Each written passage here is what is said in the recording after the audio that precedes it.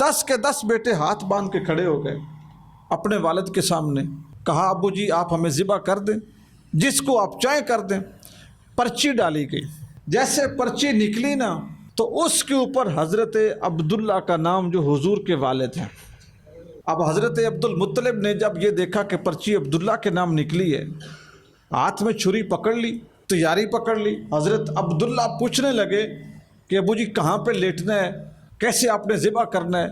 تو یہ جو خبر تھی نا، یہ پورے مکے میں جس طرح بجلی کی تیزی ہوتی ہے نا، ہر سردار کے پاس، ہر گھر کے پاس، کہ وہ عبداللہ جس کا چہرہ اتنا نوری ہے، جس کا قد اتنا خوبصورت ہے، جو سب سے چھوٹا بیٹا ہے، اس کو ذبح کرنے لگے ہیں. حضرت عبد المطلب ایک دن اپنے بیٹوں کو لے کے سین حرم میں بیٹھے ہوئے تھے.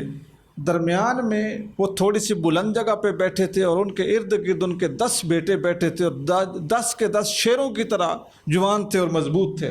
تو ایک شخص پاس سے گزرا تو اس نے کہا اذا اراد اللہ انشاء دولت، کہ جب اللہ تعالیٰ کسی حکومت کو یا کسی مملکت کو پروان چڑھانا چاہتا ہے اور اس کو مضبوط کرنا چاہتا ہے اور اس کو طاقتور لوگ دینا چاہتا ہے، تو پھر کیا ہوتا ہے، خلق اللہ امثال ہؤلاء، پھر اللہ تعالیٰ ان لوگوں جیسے لوگ پیدا کر دیتا ہے.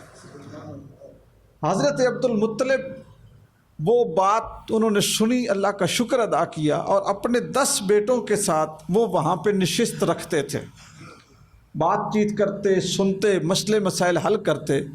وہیں پر ہی انہوں نے یہ منت مانی اگر میرے یہ 10 بیٹے جوان ہو گئے، پوری عمر کو پہنچ گئے، تو میں ایک بیٹا اللہ کے راستے میں ذبح کروں گا.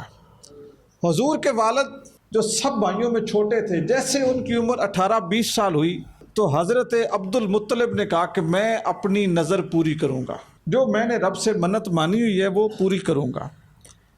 اب جب بچے کی یا لڑکے کی یا ایک جوان مرد کے گلے پہ چھری چلانے کی بات ہو تو یہ معاملہ آسان نہیں ہوتا. لوگ سمجھانے آ گئے کہ ایسا نہ کریں.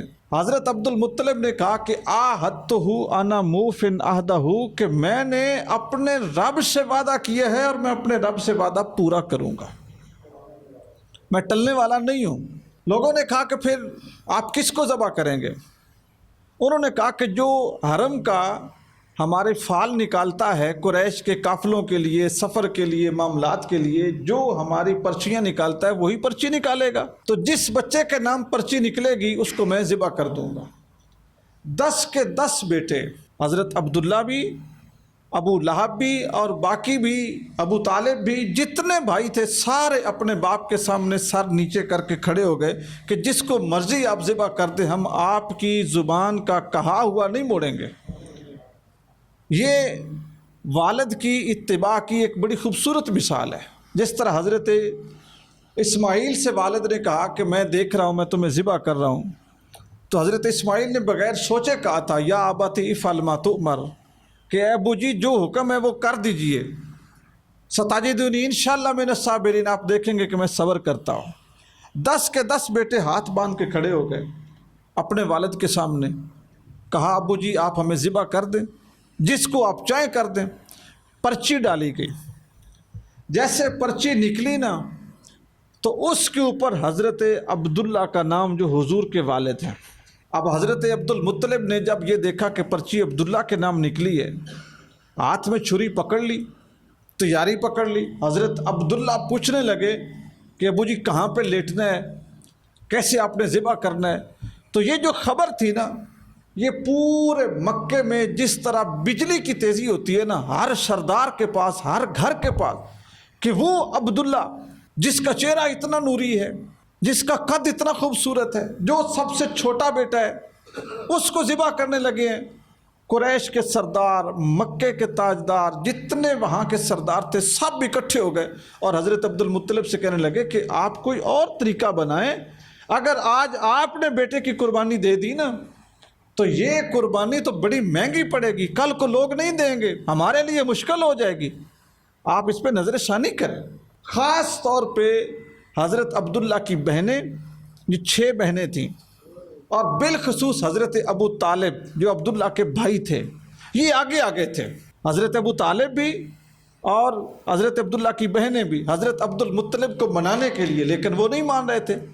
جب مکے کے اور سردار بھی اکٹھے ہوئے نا اور یہ بات تھوڑی سی سختی کے ساتھ، سخت لہجے کے ساتھ اور منت کے ساتھ، یعنی ہر طریقہ اپنایا گیا، تو حضرت عبد المطلب نے کہا کہ اب تم مجھے رائے دو پھر کیا کرنا چاہیے، اب کیا کریں؟ انہوں نے کہا کہ رائے یہ ہے ہماری کہ آپ یثرب میں جو مدینہ النبی ہے وہاں پہ ایک عرافہ ہے، وہ بڑی سیانی ہے اور حالات واقعات دیکھ کے نا وہ اچھا فیصلہ کرتی ہے، آپ اس کے پاس چلیں اور اس سے جا کے فیصلہ کروا لیں کہ کس طرح کرنا چاہیے۔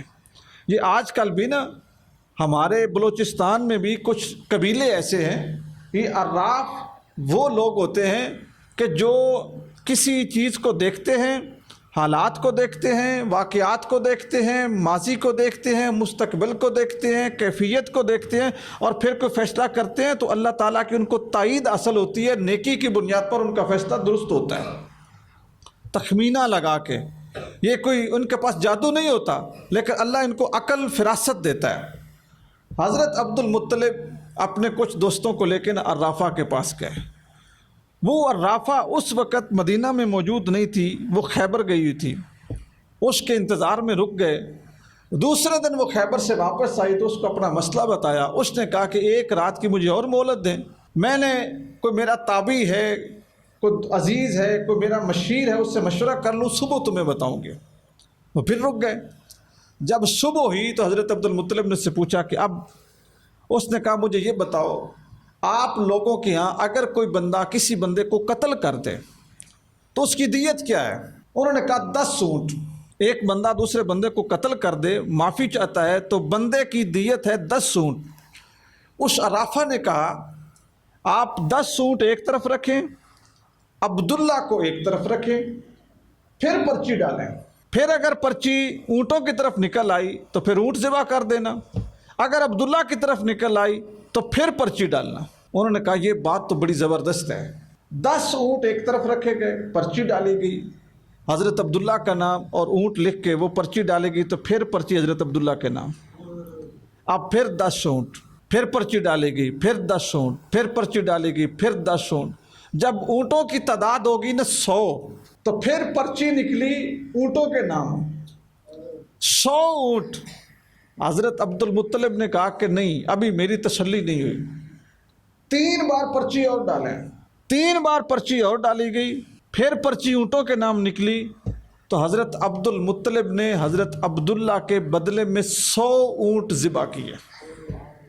اسلام سے پہلے انسان کی دیت 10 اونٹ تھی، حضرت عبداللہ کو جب قتل ہونے سے، ذبح ہونے سے بچایا گیا تو 100 اونٹ ذبح ہوئے، اس کے بعد 100 اونٹ ہو گئی، اور یہی 100 اونٹ دیت رسول اللہ کی شریعت میں بھی چلی۔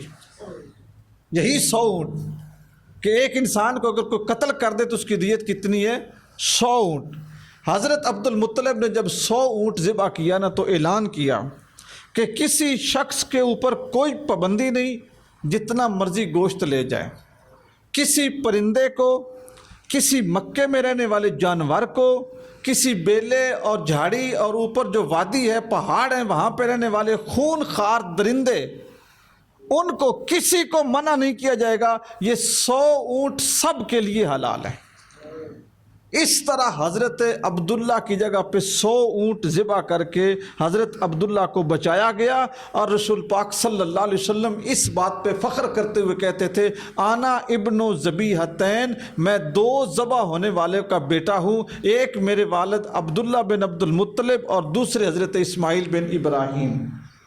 یہ سرکار کی حدیث ہے کہ میں 2 ذبح ہونے والوں کا بیٹا ہوں۔